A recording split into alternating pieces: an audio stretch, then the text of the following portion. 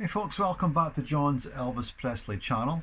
Today I'm going to be reviewing another vinyl album, and the last one I did was Promised Land. And so today I'm going to be reviewing Elvis's studio album Good Times on vinyl. This one came out in 1974. It was the second studio album to be released from the Stax Sessions from 1973. The first one was Race on Rock, which was released in the October of 73. I don't know the exact date in 74 this was released, but it was definitely 1974 at some point. A strong album from Stax. Like I said before, when I was doing the Promised Land one, it was a stronger session from the June stuff. Like I said in the last one as well, I said that the Promised Land album was my favourite out of the two, but still a strong album anyway, regardless. So the track listing from this one is so it's a side A, Take Good Care of Her, Love in Arms, I Got a Feeling in My Body, If That Isn't Love, She Wears My Ring, I've Got a Thing About You Baby, My Boy, Spanish Eyes, Talk About the Good Times, A Good Time Charlie's Got the Blues. Vocal arrangements with Shady Southern Stamps Quartet.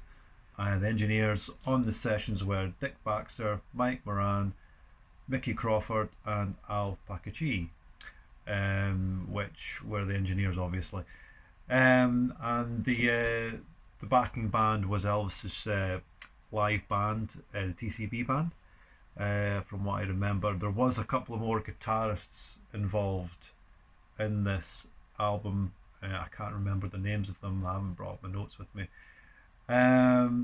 This press is, I think it's a second press because it's the black label. If anyone knows what year this is, I think it's 77. This press is. From what I believe. So the singles from this album were, I think it was Take Good Care of Her, Love in Arms, My Boy, and I think I've Got a Thing About You Baby was a single as well. I can't remember. I think it might have well been. A great album overall. Couple of bugbearers from this one. I think the cover art could have been better. I mean, it is an iconic shot, and I think this photo was taken from the June tour of 72.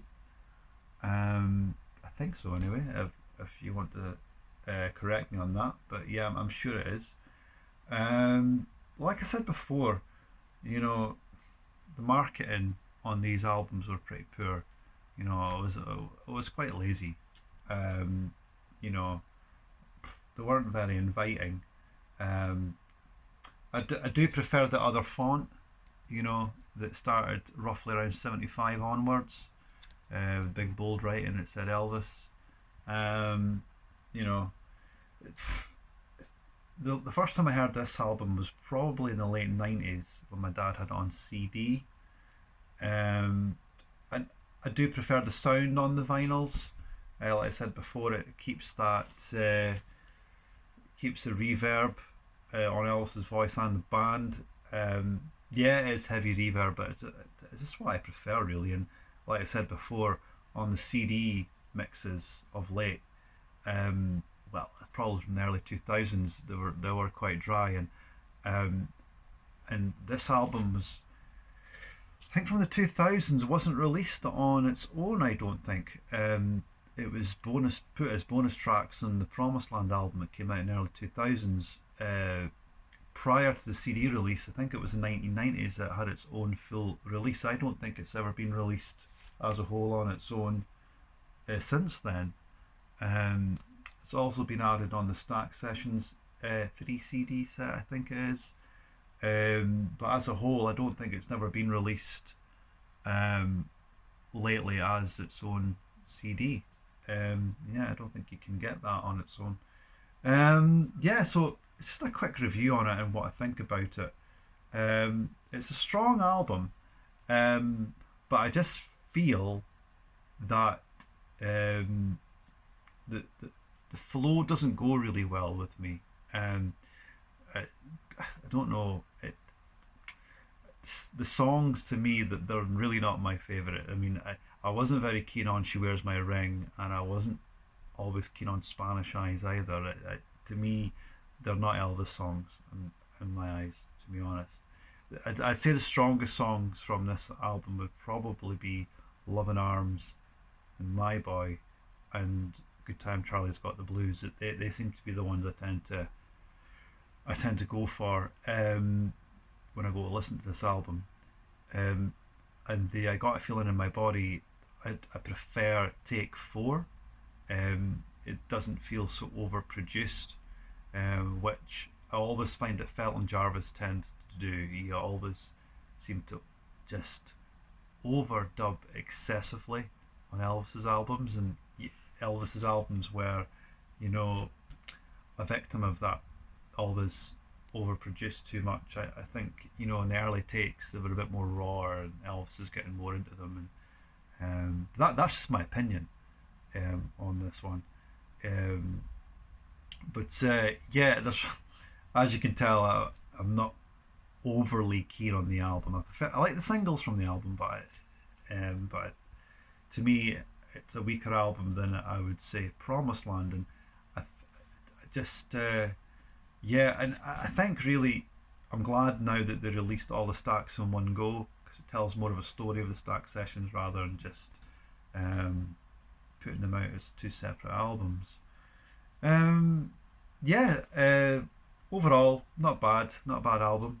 Um, but there's not so much more I can say on this. And really, I was only coming on to sort of give a quick review on it, and I want somebody to find out what year that press is. It's bothered me for some time, because I always try and find the originals, and if it's not, I would prefer to find one that is. Um, but I do think it's 1977. This one, um, and the album is the code for it is APL10475A.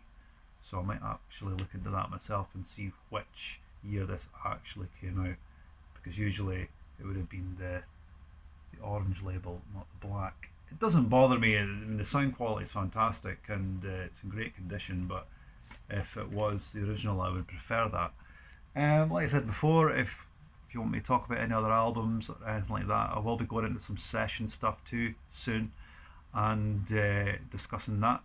And like I said before too, I'll be releasing some of the songs from the new upcoming FTD stuff, coming up at the end of this month, hopefully. And I believe, as of today's the 10th of August, I'm sure the Aloha from Hawaii Legacy RCA set comes out tomorrow again, as FTD just covered it last year or earlier on this year. Or I think it was either last year or this year.